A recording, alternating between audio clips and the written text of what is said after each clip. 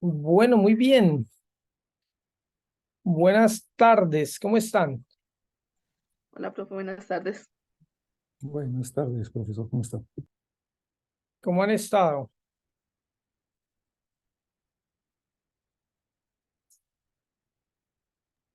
Muy bien, gracias a Dios.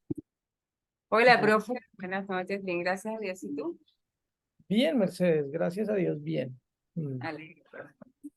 Buenas noches, profesor, compañeros. Pablo, ¿cómo Bien, estás? profe y compañero. Bien, profe, gracias a Dios. Su merced, ¿qué ¿Cómo tal? estás?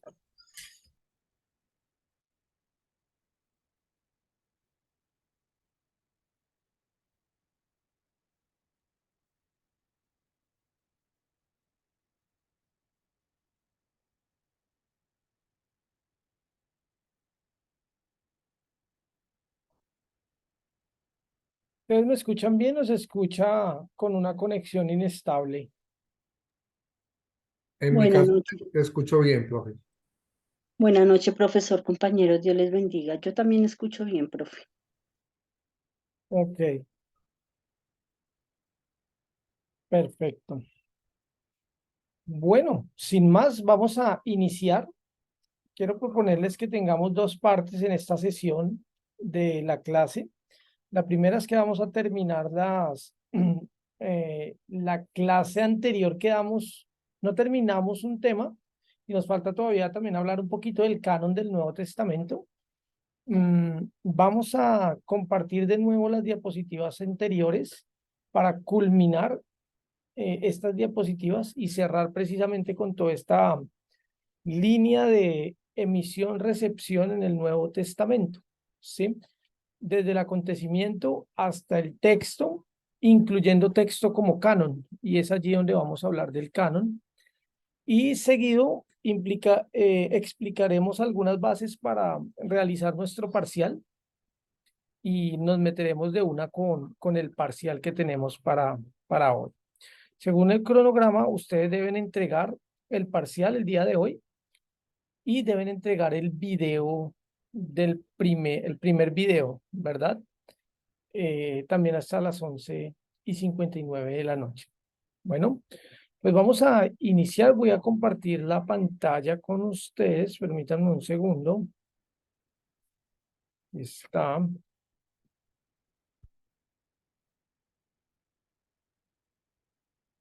Listo. Lo tenemos allí, ¿verdad? Lo que hemos venido explicando es prácticamente cómo se escribe el Nuevo Testamento. Creo que con lo que hemos visto ya queda claro que el Nuevo Testamento, pues, uno, no cae del cielo. Dos, no es un dictado. ¿Sí? Es decir, no hay una invasión divina al ser humano a tal punto que nuble o que socave toda su personalidad y la persona no sepa qué está escribiendo, sino que todo lo contrario, el ser humano tiene una participación activa, no pasiva, activa en la redacción y antes de la redacción en todo el acontecimiento de transmisión textual y oral del Nuevo Testamento. ¿Sí? Lo que estamos viendo es precisamente ese proceso desde el acontecimiento hasta la cristalización del texto, que es el Nuevo Testamento. Ahora, pongo cristalización porque se supone que con lo escrito el texto queda cristalizado, queda quieto, queda inamovible. Pero vamos a ver en las siguientes clases, sobre todo cuando hablemos del texto del Nuevo Testamento y miremos las fuentes y los papiros que se utilizaron para esto, que no es tan así. Incluso después de escrito el texto, pues pasa por una serie de redacciones y también al traducir también hay unas cuestiones que implican la humanidad en ese proceso del Nuevo Testamento. Muy bien, habíamos hablado del acontecimiento. Dios se revela en hechos, es decir, en el acontecimiento como tal, pero ese hecho es interpretado a la luz de la fe, que son las palabras, ¿sí? Y dijimos que desde el propio acontecimiento, pues hay una interpretación, unas mediaciones. La primera es escoger un acontecimiento para hablar de él, ya es una cuestión interpretativa.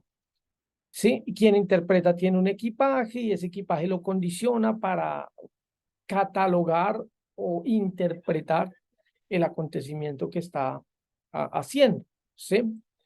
De esa manera, en el acontecimiento como tal, no hay revelación en la medida que el autor o el intérprete caiga en la cuenta que Dios se está manifestando allí. Es así como acontece la. Hablamos del proceso de la transmisión oral. Este proceso, pues, implica eh, todo, pues, lo que implica la comunicación como tal, ¿sí? Hay un emisor, hay un mensaje, hay un receptor, y estos también tienen sus propias mediaciones o sus propios condicionamientos, ¿sí? El emisor transmite, pero no transmite desde la neutralidad. Es imposible transmitir algo desde la neutralidad, a menos que, y aún así es difícil. Pero la transmisión del Nuevo Testamento no fue jugar al teléfono roto, sino que tuvo una participación activa de los autores y de los receptores y emisores. De manera que quien cuenta la historia, la cuenta desde su subjetividad. Es por eso que tenemos también 4 evangelios y son tan distintos. Son diferentes. Sí, tienen similitudes, claro. Pero, por ejemplo, Juan no narra ninguna parábola. Juan narra 3 idas y vueltas de Jerusalén a Galilea o de Galilea a Jerusalén. Los evangelios sinópticos narran solo una, ¿sí? Jesús tiene su ministerio en Galilea y al ir a Jerusalén solo una vez, pues a la medida que va viniendo pasan muchas cosas y hasta que llega en la entrada triunfal y es para su muerte. En el Evangelio de Juan es diferente, son 3 veces. Algunos eventos en el Evangelio de Juan se ponen antes de lo que el Evangelio, por ejemplo, de Mateo o Lucas los ponen. Entonces también incluso el orden cronológico cambia, ¿sí? Mateo cuenta, por ejemplo, lo del sermón de la montaña, pero el otro evangelio cuenta el sermón del valle. Entonces uno pregunta, ¿pero dónde fue? ¿En una montaña o fue en una parte de valle? Este tipo de cuestiones, si comparamos la genealogía de Mateo con la genealogía de Lucas, vamos a encontrar que para uno hay más generaciones que para el otro, que los nombres incluso son diferentes y se ha tratado incluso de armonizar para dar cabida y hacer un relato completo de lo que pudo haber sido la historia de Jesús. Sin embargo, esas armonizaciones a veces nos privan de mirar la idiosincrasia propia y la teología con la que nace desde la particularidad del autor algún evangelio. Dijimos que también el mensaje que se comparte incluso también tiene una mediación porque no se comparte todo, se comparte los que es significativo. Entonces, lo significativo es lo que llega a ser mensaje, ¿sí? Uno no cuenta una historia. Ustedes cuando cuentan una historia, ustedes no cuentan exactamente todo, ni ambientan su historia con todo lo que había una puerta, una luz verde, un carro que venía. Ese tipo de cosas, en la medida que sirvan para ilustrar según tú quieres contar la historia, tú las usas. Y ese es el mensaje, lo significativo, ¿sí? Eso es lo que se comunica. De manera que lo que se comunica en la Biblia no es tanto lo que pasó, sino la significación de aquello que pasó, ¿sí? Y de la misma manera, en cuanto al receptor, comprende el mensaje según una formación cultural, ¿sí? ustedes cuando se acercan a un texto, cuando se acercan a incluso a escuchar, por ejemplo, una noticia, ustedes no escuchan de manera pasiva. Es imposible escuchar de manera pasiva. Ustedes van a escuchar algo siempre situados en un contexto, con unas cosmovisiones, con un bagaje, con un conocimiento, con una cultura, y desde eso, desde su propio lenguaje, desde su propia limitación de términos, van a interpretar lo que otro diga. Lo mismo pasaba también en el texto bíblico, ¿sí? Desde allí se evalúa lo que se está diciendo, desde desde el bagaje cultural se evalúa lo que se está diciendo. Muy bien. Yo no sé si ustedes tengan, hasta allí quedamos la vez pasada, solo que quería hacer como un pequeño repaso. Si tienen ustedes hasta el momento alguna pregunta,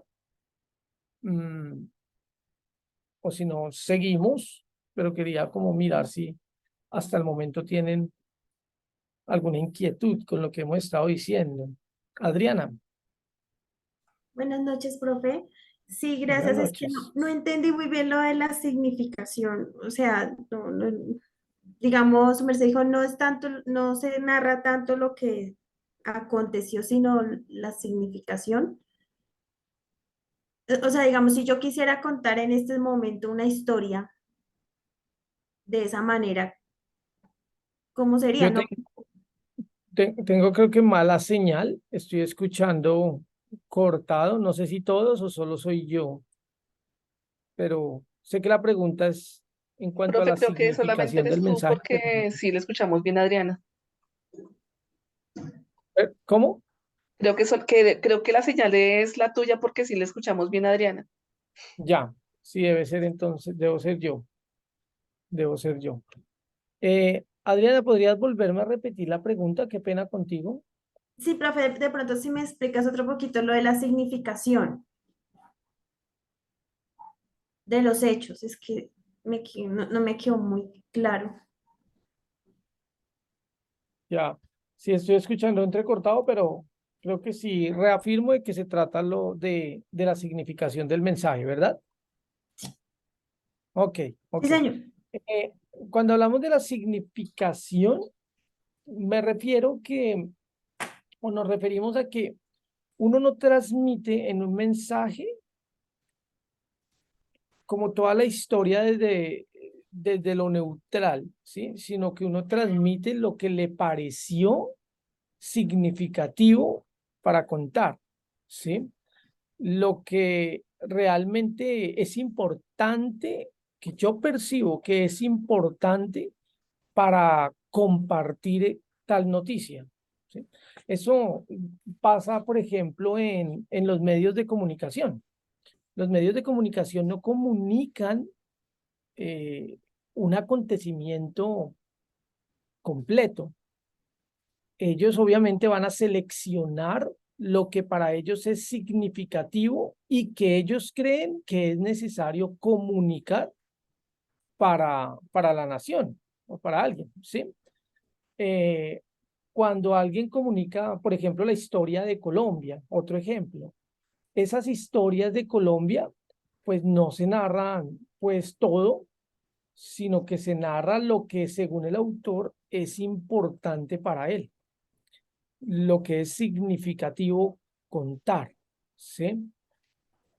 Entonces no se trata de contar absolutamente todo el evento que pasó, sino se trata de contar lo que es significativo para lo que yo quiero lograr. A eso nos referimos con la significación del mensaje, ¿sí? En el texto bíblico pasa exactamente igual, ¿sí? ¿Por qué Lucas y Mateo narran tan poquito de la historia de la niñez de Jesús? ¿Sí? Eh, Porque el mensaje central del Evangelio no está en el nacimiento de Jesús, está en su muerte, que es la Pascua. ¿Por qué los evangelios hacen énfasis en la muerte de Jesús, todos? Es precisamente porque desde allí está lo significativo, la muerte del que consideraban Mesías.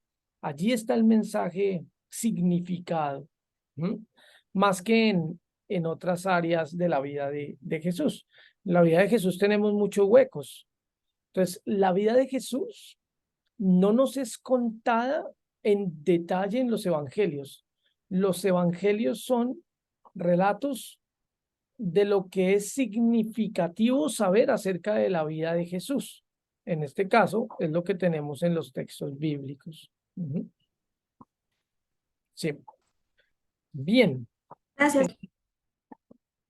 Bueno, vamos a continuar con esta parte que me parece también importante. Hoy día se habla también de relecturas y nuevos contextos, que es un ejercicio hermenéutico en el proceso de transmitir el Nuevo Testamento. De esto se habla también incluso en el Antiguo Testamento, pero como nosotros estamos en el Nuevo, hago énfasis allí. Hay una forma interpretativa de los judíos que se llama Midrash. Midrash, no sé si han escuchado alguna vez ese término, el Midrash. ¿En qué consiste el Midrash? Este consistía en tomar tradiciones antiguas y ponerlas o adaptarlas en situaciones nuevas, ¿sí? En una situación nueva en que está viviendo el autor y su audiencia. El texto, en ese sentido, debe ser capaz de recontextualizarse para una nueva situación. Ninguna lectura es neutra, toda lectura es una relectura para una nueva condición. Por ejemplo, ya hemos visto estos casos, pero vuelvo a mencionarlos, cómo los evangelios o cómo Pablo cita el Antiguo Testamento. Hay un texto, por ejemplo, aquí la joven concebirá y dará a luz un hijo, ¿sí? Es un texto que desde el contexto judío no está hablando de un Mesías. Es un texto que desde el contexto judío no está hablando de Jesús, pero desde un contexto cristiano sí podemos decir que se está hablando de Jesús. Me explico. El autor, Isaías, no está planteando la venida de alguien lejano, sino alguien inminente que pudiera venir como señal de que Dios estaba con ellos. Iba a venir una persona a liberarlos de un problema que tenía con otro rey, el pueblo de Israel. Ese era el contexto de Isaías. Pero el Nuevo Testamento, cuando llega el evangelista, recuerden, el evangelista tiene una fe y el evangelista parte de que Jesús es el Mesías. Entonces, desde Jesús va a tomar ese texto de Isaías y va a aplicarlo a Jesús. Y eso es lo que hace el Nuevo Testamento. ¿Sí? Coge un texto y ahora lo contextualiza o lo recontextualiza a una nueva situación y a una nueva situación, a una nueva condición. Se está releyendo ese texto a la luz de una nueva situación. En este caso, la nueva situación es el acontecimiento de Jesús de Nazaret. Allí pongo, como a manera de ejemplo, digo, Jesús habla para un público judío y habla en arameo. Podemos recuperar lo que Jesús dijo en arameo en un contexto particular judío. ¿Es posible recuperar eso? Porque eso que Jesús dijo y lo que hizo en ese contexto nos es llegado a nosotros, pero porque alguien más, no Jesús, nos lo contó. Y ahora lo está contando en griego y lo está contando para un público diferente que es gentil. Ahora, esa es su nueva situación, un público gentil. A eso, el público gentil, lo que hace el evangelista, lo que hace Pablo, es coger las palabras de Jesús, el nivel del hecho, lo que hemos hablado, el nivel del hecho, y traerlas a una nueva situación que es el nivel redaccional desde donde ahora vive el evangelista. Y el evangelista no le interesa solo contar lo que hizo Jesús, le interesa que eso tome sentido para la comunidad a la que él está hablando ahora. ¿Sí? Mercedes, tienes la palabra. Gracias, profe.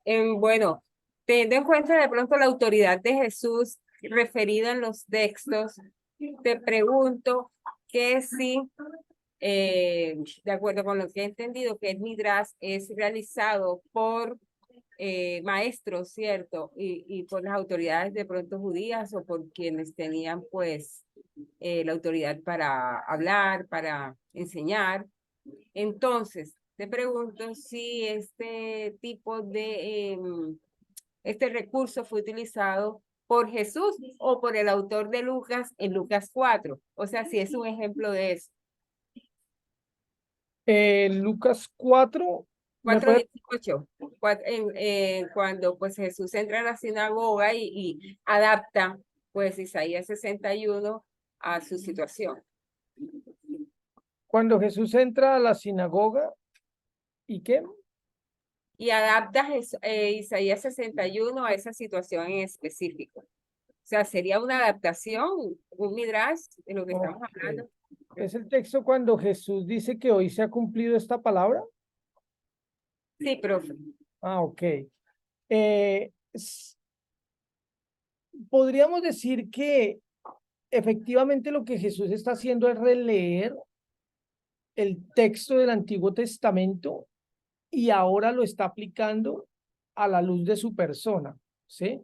En ese sentido es una interpretación que Jesús mismo hace de un texto del Antiguo Testamento que no está hablando de él, ¿sí? Está hablando en un contexto judío desde una particularidad concreta. Pero Jesús lo que hace es tomar este texto y lo aplica a sí mismo precisamente para justificar que en él se está cumpliendo el Antiguo Testamento y se están cumpliendo las profecías. Pero vuelvo y digo, todo lo que Jesús, y es que esto lo pone más, este es el desafío realmente, todo lo que Jesús dice está mediado por lo que Lucas está diciendo que Jesús dijo, que es el nivel redaccional. Entonces, la justificación realmente, ¿quién la está haciendo? ¿Lucas para un público de pronto más gentil o Jesús para un público judío? Podríamos decir que ambas cuestiones son válidas en este caso, ¿sí? Ambas cuestiones son válidas. Pero en últimas, todo lo que se ha hablado de la crítica canónica, que es mirar el texto ya desde su conjunto terminado, el peso está precisamente en lo que el autor Lucas nos quiere dar a entender de quién es Jesús, ¿sí? Eso es parte de lo que también se denomina crítica narrativa. El autor tiene una teología y esa teología incluso mueve los personajes para hablar de ello. Wilson. Profesor, buenas noches, compañeros, buenas noches. Profesor, o sea, podríamos decir que el origen inicial del Nuevo Testamento puede ser basado en esta tendencia o en esta, no sé, como corriente del Midrash. Es decir, lo que hicieron los autores fue como tratar de tomar esas tradiciones antiguas y contextualizarlas a lo nuevo que se estaba viviendo a través de la figura del Mesías. Podríamos afirmar que mucho de lo que hacen, y era normal, esto no, digamos que esto es normal, completamente normal para un judío. Para nosotros a veces es raro pensar de esa manera, pero para un judío el Midrash era una manera normal de hacer interpretación. Y obviamente pues los autores del Nuevo Testamento parten desde ser judíos y optan también por esta forma de interpretar el texto, ¿sí? De interpretar el texto. No sé si de pronto algunos de ustedes han tenido clase con Luis y han hablado de pronto las interpretaciones judías del primer siglo del Antiguo Testamento. Sería, él es muy bueno para hablar de eso. Entonces, si han tenido clase con él, probablemente les ha hablado de esto que estoy hablando del Midrash también, ¿sí? Pero sí, Wilson, efectivamente podríamos decir que el Nuevo Testamento pues hace parte de todo este tema del Midrash también, ¿sí? Ahora, también me parece justo y necesario decirles que no todos piensan así, ¿sí?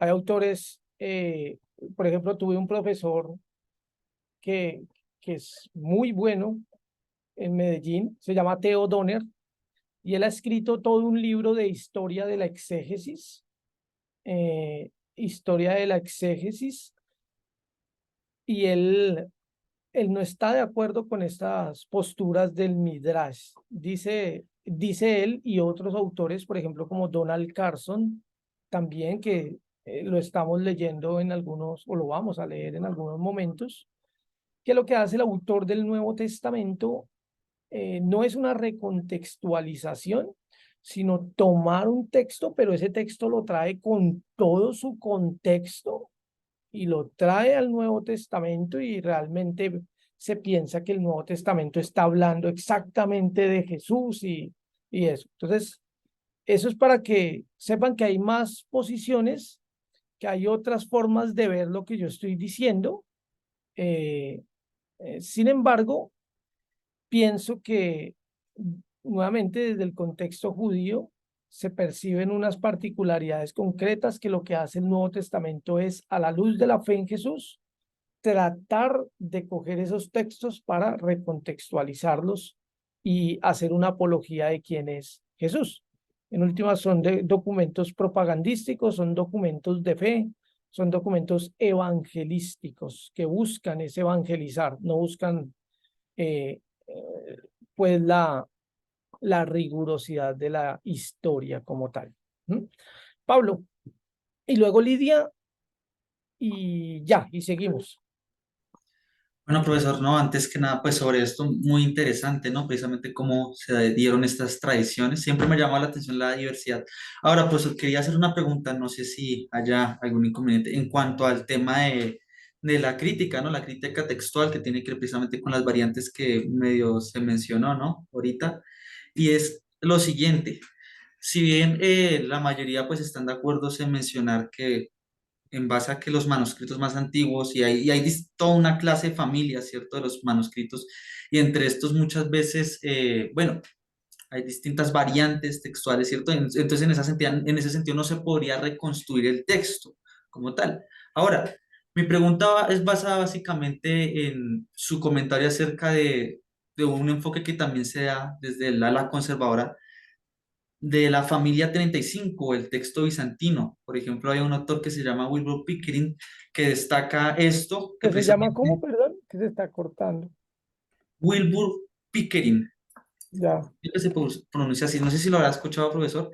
Él destaca precisamente que esta familia 35, en algún sentido, tiene su coherencia, ¿sí? En base a que no tiene contradicciones en sí mismas, lo que por sí se ven en los otros tipos de manuscritos que tratan de reconstruir.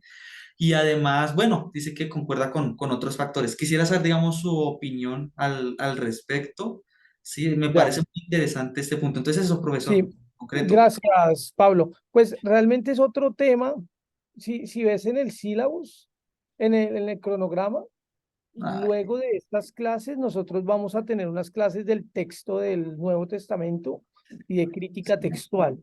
Y vamos a hablar precisamente de esas familias, vamos a hablar del texto bizantino o texto mayoritario, como otros lo han llamado, y, y miraremos su valor que tiene dentro de la crítica textual y los académicos que precisamente rechazan estas familias textuales como algo objetivo para llegar al texto del Nuevo Testamento, ¿sí? Pero entonces te pido tu paciencia para no salirnos del tema. eh, pues vamos a tocar eso, el tema de la crítica textual la vamos a tocar, y vamos a mirar también el tema de los papiros y mirar bien eso, ¿sí? De hecho, no recuerdo bien, pero creo que ya está próximo, como en las siguientes clases vamos a hablar de ello, ¿vale? En este caso, digamos que estamos hablando particularmente de las relecturas y los nuevos contextos para ello. Listo. Lidia, Gracias, profe. Es que, bueno, es un poco complejo para mí comprender esto del Midrash. Realmente siento que me perdí en algunos momentos. Eh, Debo entender el Midrash, digamos, el Midrash tiene un autor específico, son varios autores. El Midrash es algo así como un texto de estudio para los judíos, o pasa a ser como un libro eh, o una parte pues del libro sagrado de los judíos.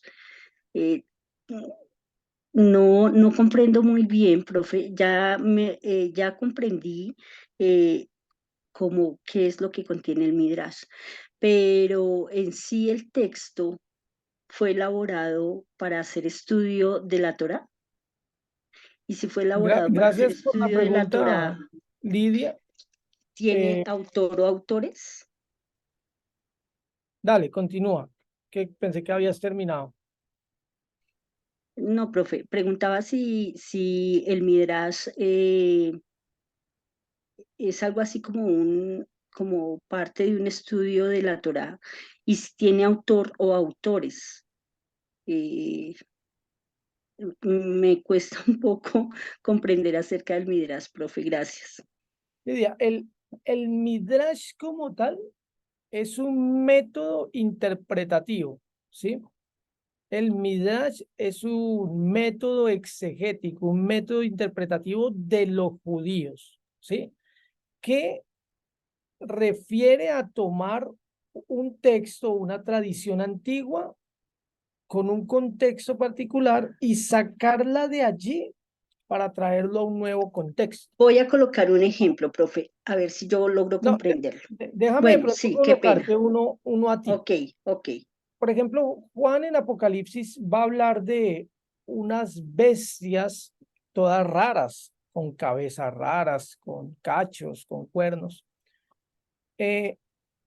Y Juan se está refiriendo particularmente al Imperio Un Romano reino. y Ujú. está criticando el imperialismo romano como una bestia salvaje que tiene ese tipo de cabezas y esas cabezas pues simbolizan también unos gobernantes y eso. Pero Juan no se inventó eso. Juan está haciendo uso de lo que Una ya se dijo revelación. en Daniel. Daniel habla de esas mismas bestias, pero Ujú. Daniel no está hablando obviamente del contexto del Imperio Romano. Daniel está hablando del Imperio Griego, ¿sí? Daniel está hablando de Alejandro y sus gobernantes, de Alejandro y sus generales, ¿sí? Esas son Ujú. las bestias de Daniel. Ahora, Juan lo que hace es tomar esa misma figura, pero ya no para usarla del Imperio griego, porque ahí pues ya no existe, y las toma y las pone Acomoda. en el Imperio romano precisamente para argumentar lo que él quiere argumentar, ¿sí? A eso nos referimos con un midrash. Sin embargo, y esto también gracias por la pregunta, sí hay unos textos que se han llamado los midrashim, ¿sí? ¿Qué son esos textos? Son textos judíos que son comentarios a la Torá, comentarios judíos a la Torá. Y eso se ha denominado midrashim, ¿sí? Como los comentarios o las interpretaciones o las enseñanzas. Esos midrashim sí son textos que tienen autores y que son comentarios elaborados por judíos acerca de la Torá o de los profetas también. Esos textos existen, ustedes los pueden buscar si quieren en internet, si están aburridos algún día y quieren leer algo y no tienen nada más para leer, pueden encontrar esto allí, ¿vale? Muy bien. Podríamos hacer No sé si se ¿Podríamos permite el qué? término, no sé si se permite el término, podríamos hacer un símil, aunque yo pienso que muy alejado, pero entre los buenos comentarios de hoy acerca de, por ejemplo, el Nuevo Testamento, podríamos entonces relacionar esos comentarios como Midrashim. Qué pena, Lidia, no comprendí tu pregunta, se me corta un poco, tengo una señal muy inestable el día de hoy. Decía, profe, que no sé si se permita el término de hacer un símil entre los buenos comentarios que hoy se pueden encontrar acerca del Nuevo Testamento, que sería, a mi parecer, un poco alejado, decir que esos comentarios podrían ser unos midrashim del Nuevo Testamento. ¿Es algo así? Te propongo que me escribas la pregunta y la leo porque Bueno, no, profe, creo que de todas formas ustedes sí me están escuchando. Bien, yo por lo menos sí, señor, le escucho perfecto. Sí, bueno, señor. creo que tengo dificultades es para escucharlos. Bueno, vamos a continuar con esta parte ya eh,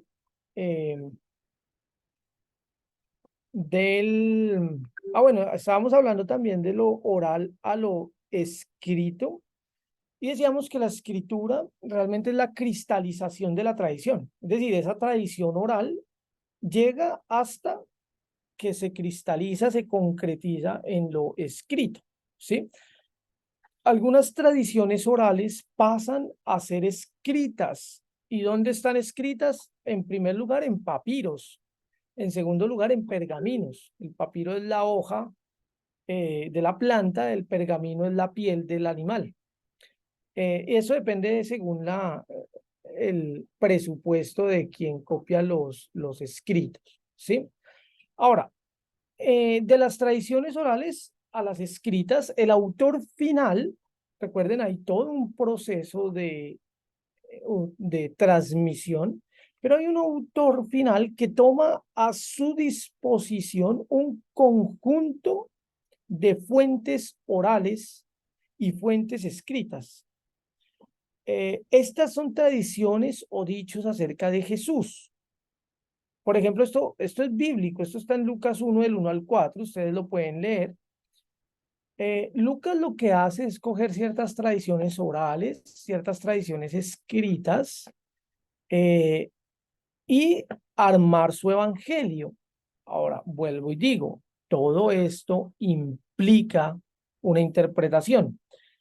La crítica que se ha encargado de estudiar bastante esto en el campo de la crítica bíblica es la crítica de las fuentes, ¿sí?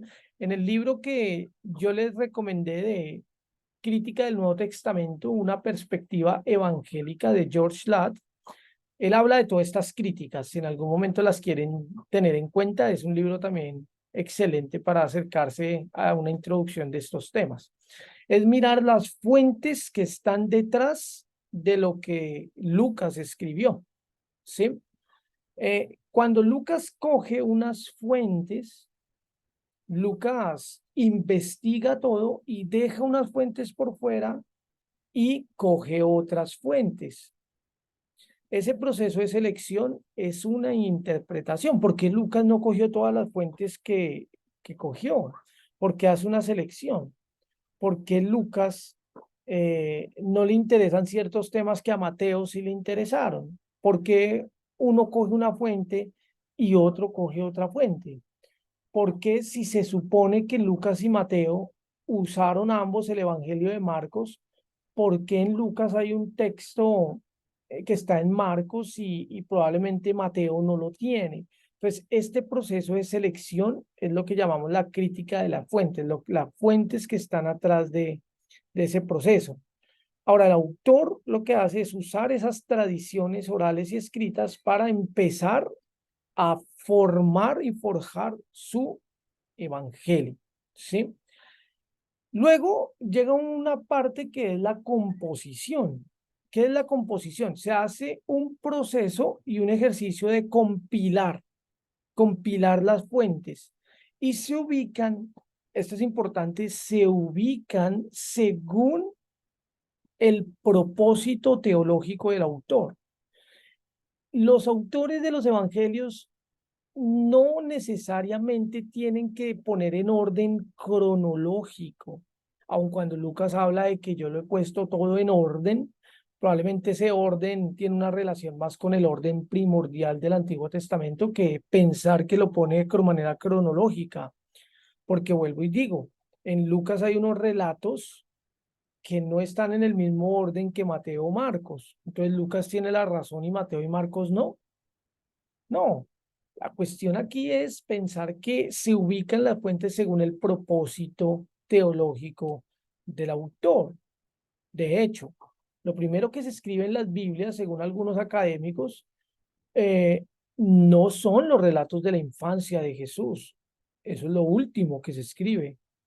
Lo primero que se escribe son los relatos de la pasión, su muerte, porque desde ahí está el foco. Con base en eso se empieza a escribir también una historia de Jesús y se puede ver como una biografía, como Jesús nace, crece, toma su ministerio, llega a Jerusalén y finalmente lo matan y resucita. Eso es un orden, pero es un orden teológico que parte desde la perspectiva del autor, ¿sí? Eso es lo que se llama componer su evangelio. Y tenemos también la redacción, que el autor interpreta, coge esas fuentes, pero no es solo jugando como Tetris y tampoco jugando como un rompecabezas, de, esta me cabe acá, esta acá, esta acá. No, el autor es un agente activo, interpreta, edita, redacta las fuentes según sus propósitos teológicos y condiciones socioculturales, ¿sí? A eso es lo que denominan los críticos bíblicos como crítica de la redacción, ¿sí? Daniel. Profe, desde ese entendido, ¿en alguna parte puede caber en esa selección de fuentes el tema de inspiración o guianza divina? ¿O eso prácticamente está, digamos que no sé si descartado o entra en otro escenario en otro momento? Daniel, no comprendí nuevamente. Yo, de todos los que han hablado, a quien le entendí perfecto fue a Mercedes. Voy a hacer el intento. Mercedes, ¿tú me puedes transmitir lo que dijo Daniel para ver si de pronto escucho mejor? ¿Cómo no, profe? Él comenta, él pregunta que si en todo este proceso de las fuentes, de la elección de las fuentes, también opera el proceso de inspiración divina o se Gracias. debe evaluar. Sí, mira que estoy escuchando a Mercedes, no sé por qué a los demás no. Mercedes va a ser mi intérprete. Va a ser la que presente el examen por todos. Sí. Buena pregunta, Esta Daniel. boca. Ah, Eso es una excelente pregunta, porque generalmente pensamos que la inspiración del Nuevo Testamento se da en una cuestión donde solo entra el autor final a participar y decir que, pues, él es el que armó y eso es lo inspirado. Pero la pregunta es, ¿las fuentes de donde se basó son fuentes inspiradas por Dios? Las tradiciones orales son fuentes inspiradas por Dios. El proceso que hemos ya hecho énfasis de emisión de mensaje, de transmisión con todos los condicionamientos socioculturales, limitaciones de vocabulario, todas las cosmovisiones de quien transmite, quien emite, quien recibe, todo eso es inspirado por Dios. Si es así, ¿cuántos autores escribieron el libro de Lucas? ¿Solo Lucas? Lucas es el autor final, pero Lucas no se está basando en solo lo que él piensa. Él hizo uso de fuentes que otros habían escrito. ¿Esos otros son inspirados por Dios? ¿O solo Lucas? ¿Sí? Entonces, de alguna manera lo que se piensa hoy día de la inspiración, que ya no es una inspiración verbal, como si palabra por palabra Dios la inspiró, porque volvemos a decir, el autor era libre de expresar su propio vocabulario y, y pues las palabras por palabras cambian de un evangelio al otro. En todo el proceso Dios estaba operando. Es una afirmación que hacemos desde la fe, ¿verdad? No tenemos cómo comprobar esto, pero pues obviamente nosotros somos personas que parten desde la fe y desde la inspiración del texto sagrado. En ese sentido, nosotros decimos, todo el proceso, Dios estaba inspirando su palabra. No porque esas palabras estén completamente al margen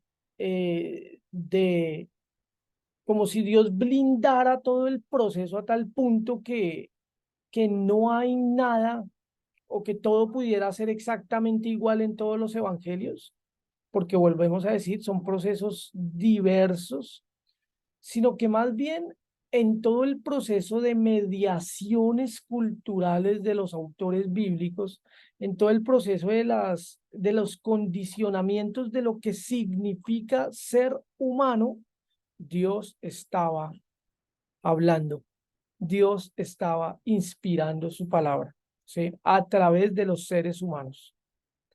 Podríamos decir eso. Si a ustedes les interesa este tema, de hecho, en el libro que yo les recomendé, de Eduardo Arendts, que se llama La Biblia sin mitos, él tiene un texto acerca de la inspiración, precisamente que se llama Repensar la inspiración, y es mirar precisamente todo el tema de la inspiración bíblica, teniendo en cuenta lo que yo les acabo de decir. Voy a subirles ese texto a la plataforma, es un artículo, pero es un artículo bellísimo, que se lo recomiendo, se lo recomiendo. Ya es como parte de pronto de su formación también. Muy bien, continuamos ya con este tema que es la finalización de este proceso. El texto se vuelve, la tradición se vuelve texto, pero el texto se vuelve canon. ¿Sí? ¿Qué quiere decir eso? Pues que todos los textos no entran a ser parte de lo que hoy consideramos el Nuevo Testamento. Recuerden, hay otros escritos, pero nosotros tenemos 27 escritos nomás. ¿Mm?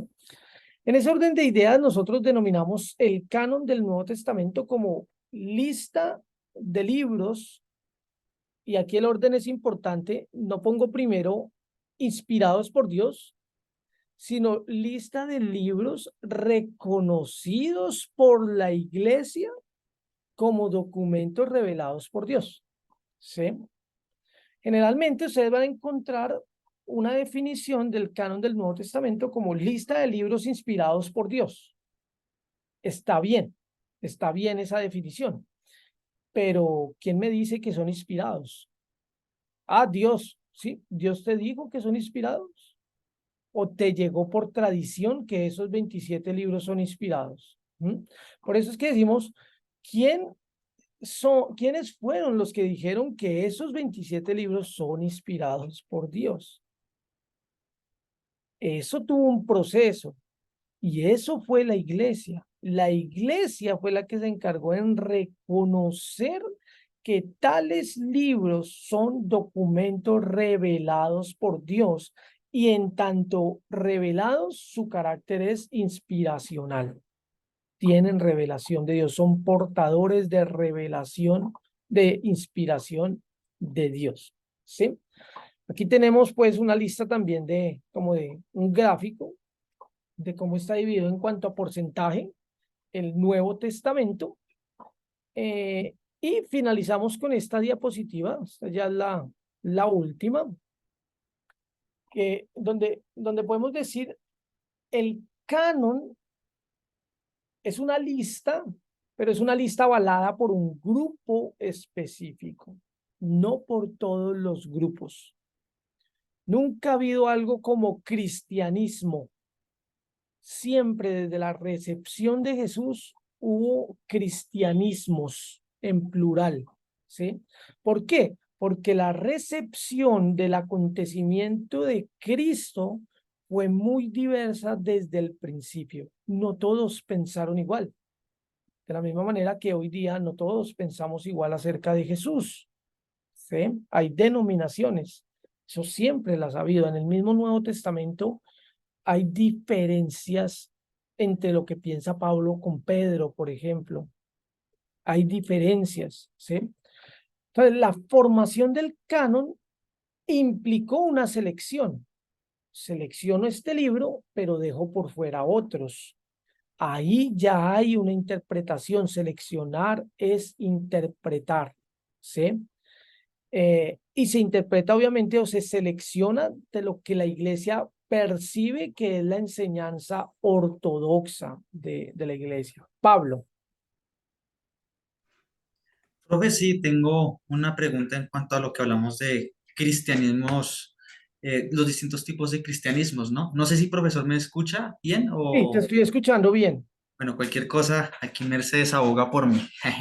Entonces, mencionaba lo siguiente, profe. A ver, digamos, cuando hablamos de cristianismos entendemos precisamente que entre esos diversos grupos que existieron en el siglo I, también habían grupos que eran sectarios, ¿sí? Y que en algún sentido pertenecían a ese cristianismo y en algún Ya, sentido ya te eran estoy válidos. perdiendo. Ahorita Mercedes me traduce porque te estoy perdiendo. Continúa, por favor. Vale, entonces, entonces cuando hablamos precisamente de esa diversidad de cristianismos, decimos que entre esa diversidad, que en algún sentido en el siglo I existía, habían también grupos que consideramos sectarios, por ejemplo, lo que luego surge como los gnósticos, ¿no? Que también comienzan a emerger en el siglo II o si se cree un pensamiento prenóstico, ¿no? Ahora, mi pregunta es si miramos esa diversidad como eso, es decir, que habían distintos tipos de cristianismos entre los que se incluían grupos sectarios, o si hablamos de diversidad en que tenían precisamente convicciones en común, pero distintas maneras o propósitos de ver las cosas. Esa, digamos, como tal va mi pregunta en cuanto a eso, ¿a qué nos referimos con distintos cristianismos, sí, que existían en dicho momento? ¿No podrían ser lo mismo, Pablo? Los grupos sectarios a las diferentes recepciones acerca de Jesús. ¿Por qué pensarías que son distintos?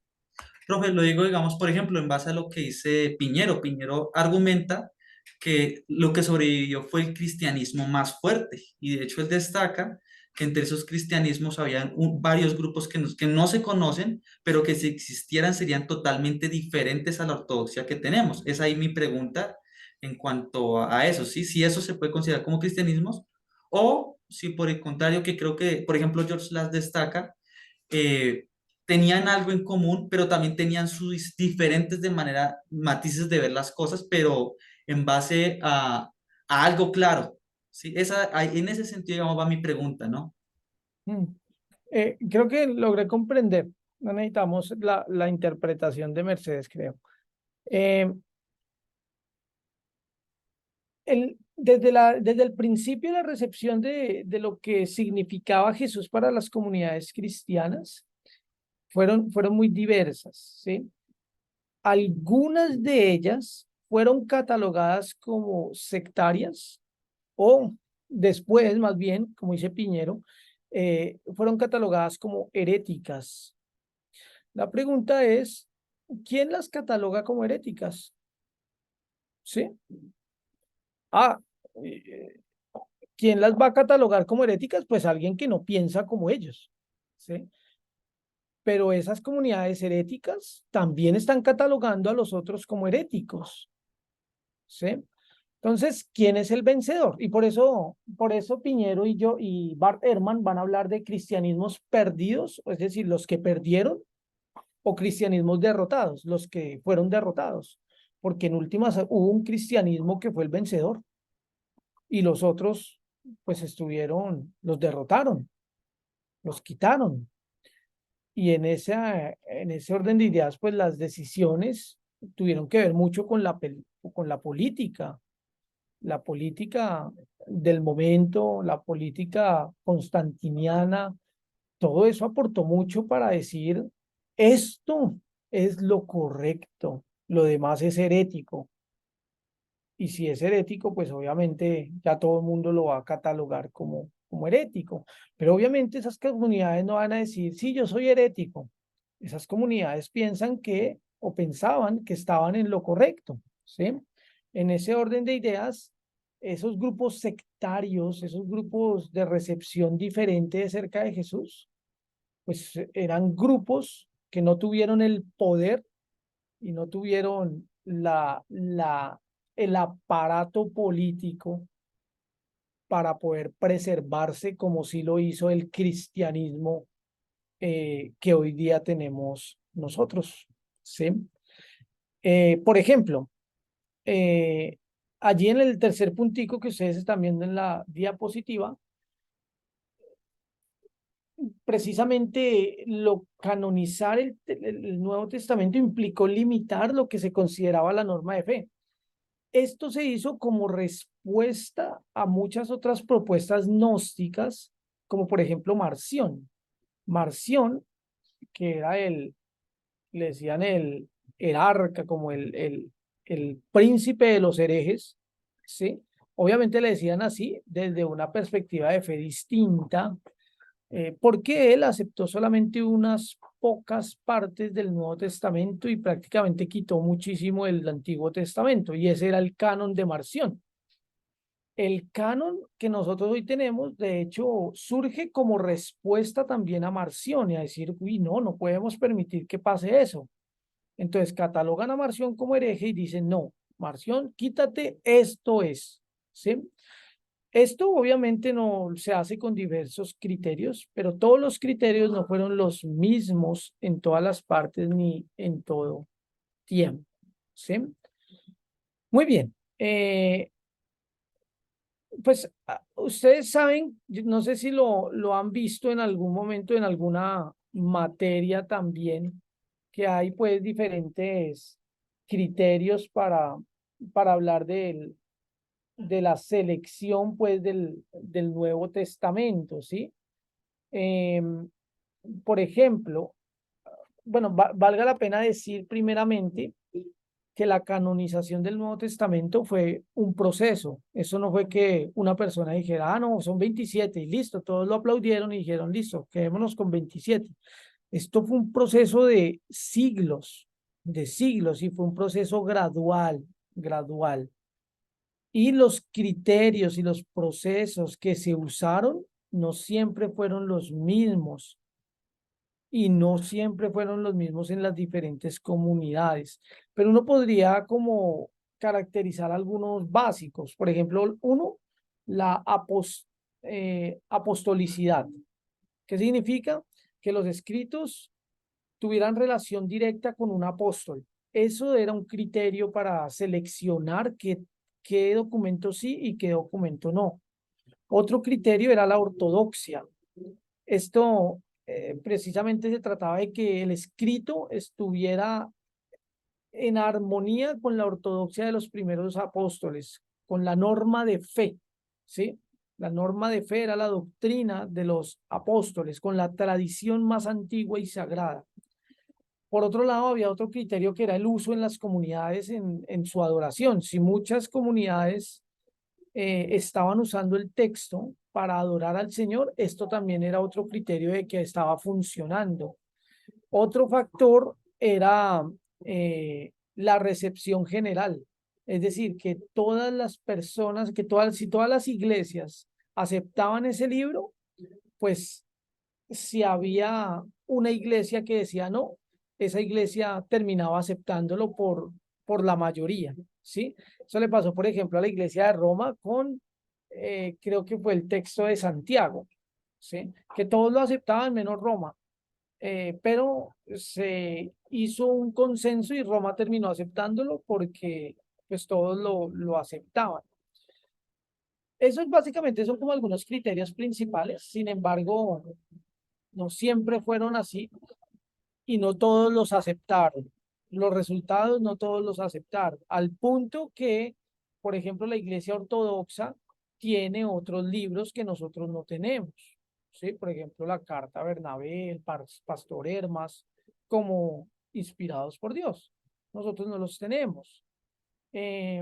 incluso Lutero en el siglo XVI no aceptaba la Carta de Santiago, por ejemplo, decía que era una carta de paja, porque precisamente eh, contrastaba bastante con la doctrina de la fe por las obras que él tenía, ¿sí? De la justificación. Entonces, en fin, esos procesos sí fueron muy diversos en esa medida, ¿vale?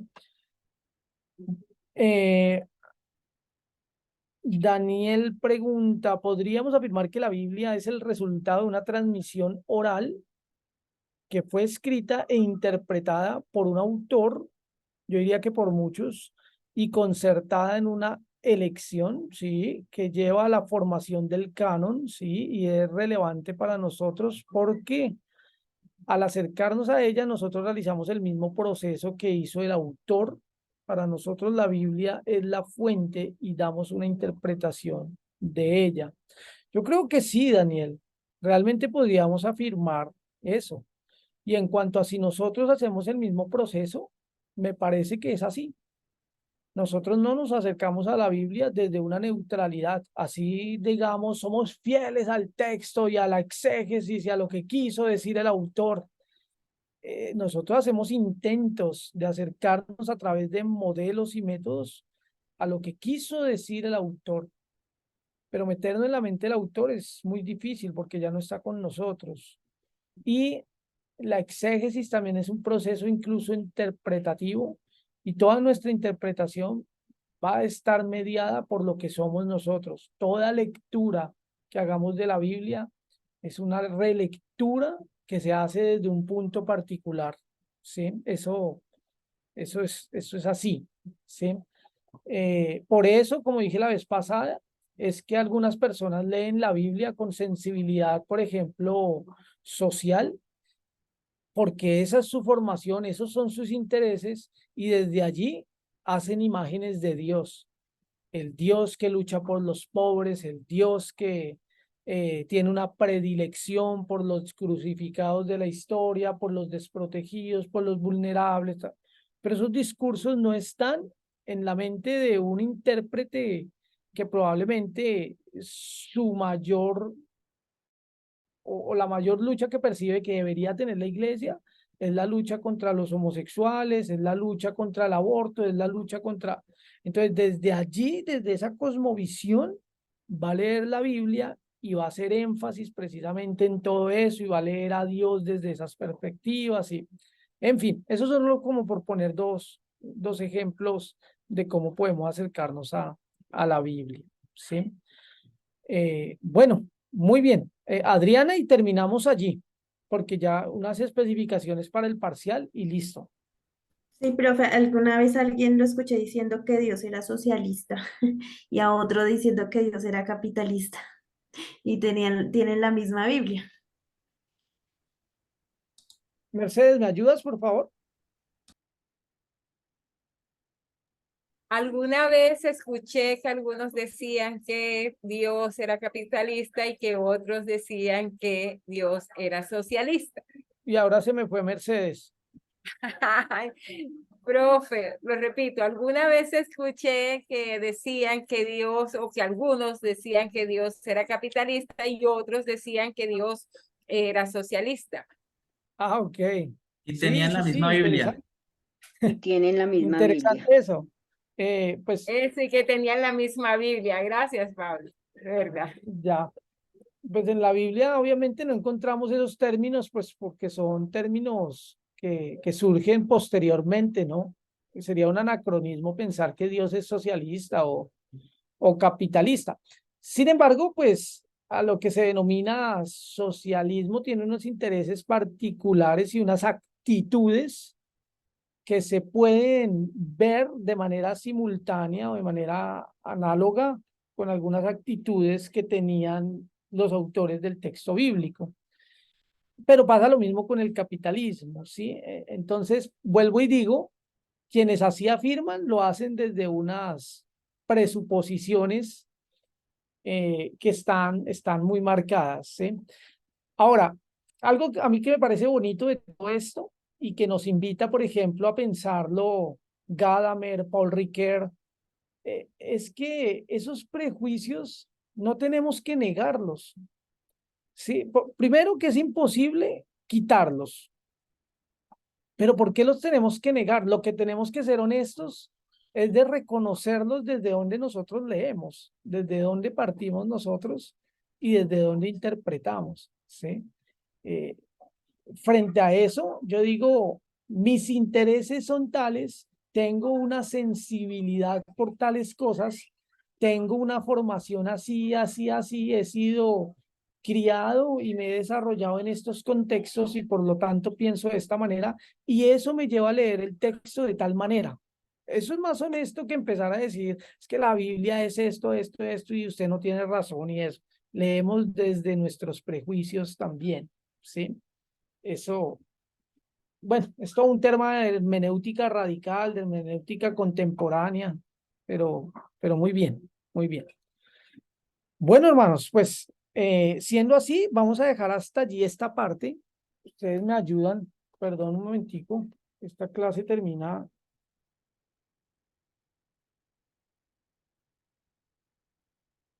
a las... Ah, profe, ya se acabó la clase.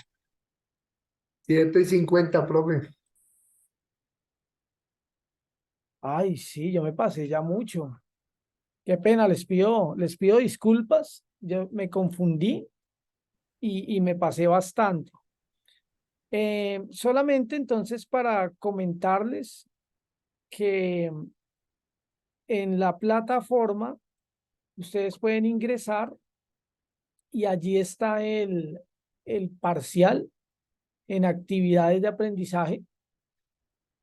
Pueden ingresar directamente o pueden copiar el enlace y pegarlo a una ventana de internet en su navegador y ahí les va a aparecer un Google formulario, ¿sí? Por favor, realicen este parcial. Tienen tiempo de presentarlo hasta las 12 de la noche, por un lado, y por otro lado, no, vamos a hacer una cosa, a manera de disculpa, porque realmente yo no sé en qué estaba pensando, pero me pasé harto. A manera de disculpa voy a agregar, a dar más tiempo. ¿Listo? Vamos a dejarlo hasta mañana a las 12 de la noche. Pueden entregarlo, lo voy a modificar de una vez. Pueden hacerlo hasta mañana a las 12 de la noche. Pueden usar sus notas, pueden usar sus escritos, pueden usar sus guías, sus fotocopias, sus PDFs, pueden usar lo que ustedes quieran para responder a estas preguntas. Lo único que no pueden hacer es copiar y pegar. En el momento que lo hagan, incurren en plagio y automáticamente les queda en 0 el parcial. Del resto, ustedes pueden hacer uso de sus copias. Tampoco pues tengo el control para decirles que no lo hagan. De esta manera pueden responder y organizar sus respuestas desde la interiorización de las lecturas. Necesito ver su manera de argumentar y necesito verlo a usted reflejado en esas respuestas, ¿sí? Eso es lo que me gustaría ver en ese parcial. El resto, pues, es un parcial bastante sencillo, 5 preguntas abiertas. ¿Listo? Jaime. Profe, buenas noches, ¿cómo estás? Es que cuando tú dices de copiar y pegar, pues yo entiendo por esa parte que es coger de... A ver, es que te voy a decir qué me pasa a mí. A mí ya me ha pasado en ocasiones anteriores que yo abro el formulario en el navegador y estoy digitando y cuando estoy digitando accidentalmente cierro la pestaña y pierdo mi información. ¿Qué es lo que hago yo, Jaime Lamplea? Yo abro un documento Word en mi propio computador y yo voy ahí hago con mi propia letra, puño, inteligencia, mis respuestas las escribo y ahí sí ya cuando las tenga respondidas las copio en el formulario una por una y lo envío para que no se me pierda porque ya me ha pasado a mí. ¿Algún problema Ya, con ok. eso? Bueno, una buena estrategia. Bueno, pero no hay Gracias. problema por eso. ¿No? Desde que lo envíen No, sí, de que no haya copias, sí, yo te en el entiendo. Google formulario está bien. Es no Gracias. copiar y pegar de los textos que el profe nos dio. Es Claro, no copiar y pegar la información que está en las lecturas. formúlenlo desde sus propias palabras, desde... Además que hay ciertas preguntas donde realmente lo que quiero saber es como la interiorización de lo que ustedes han aprendido. Y eso es lo que voy a evaluar. Eso es lo que me interesa. Bueno, profe, Bien, gracias. hermanos, nuevamente pido disculpas por pasarme. Ya mismo cambio el horario del examen. ¿Listo? Les envío un abrazo grande. Por favor, entreguen también el video y nos vemos la siguiente clase. Muchísimas Vale, profe. gracias, profesor, Bueno, Gracias, compañeros. profe. Gracias, bendiciones. profe. Profe, profe. gracias. Dios lo bendiga, Bendiciones. compañeros. Buen fin de Gracias. semana. Muy bien. Profe, gracias.